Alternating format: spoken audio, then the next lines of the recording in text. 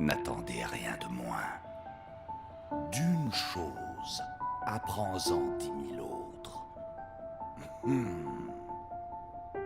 Je fais ce qui doit être fait.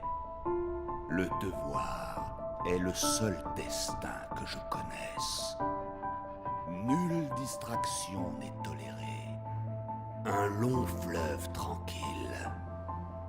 L'issue ne faisait aucun doute.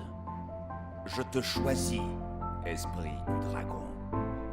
Je vous attends dans le dojo. Sacré! Qui doit... Tu crois honorer ton frère Genji avec de l'encens et des offrandes? L'honneur ne se mesure que par les actions. Tu oses me donner des leçons sur l'honneur? Tu n'as aucun droit de prononcer son nom!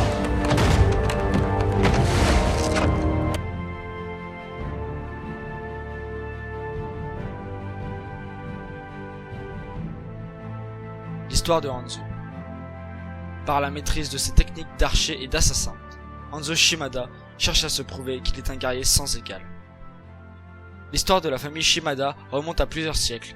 Ce clan d'assassins a vu son influence croître avec les années, jusqu'à devenir un vaste empire criminel, engrangeant les profits de la vente d'armes et de substances illégales.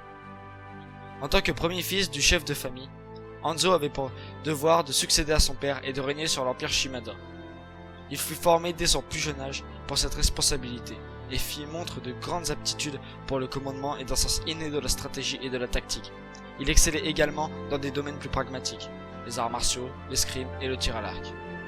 À la mort de son père, les anciens du clan exigèrent d'Hanzo qu'il reprenne en main son frère rebelle, afin que lui aussi puisse prendre part à la direction de l'empire Shimada. Son frère refusa d'entendre raison, et Hanzo fut obligé de le tuer. Son cœur en fut brisé, et il rejeta l'héritage de son père, allant finalement jusqu'à abandonner le clan et tout ce pourquoi il avait si durement travaillé. Hanzo voyage maintenant à travers le monde pour parfaire ses compétences martiales, dans l'espoir de restaurer son honneur et de chasser les fantômes de son passé.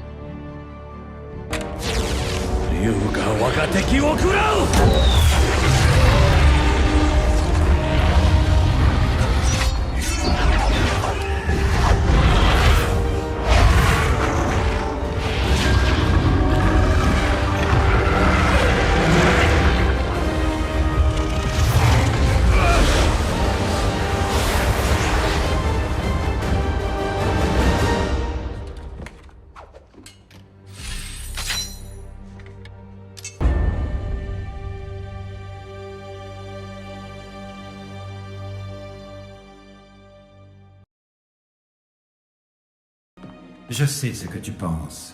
Tu te dis que ton frère a désobéi au clan. Tu te dis que si tu l'as tué, c'était pour maintenir l'ordre. Tu te dis que c'était ton devoir. C'était mon devoir. Et aussi mon fardeau. Mais ça ne veut pas dire que je ne dois pas l'honorer.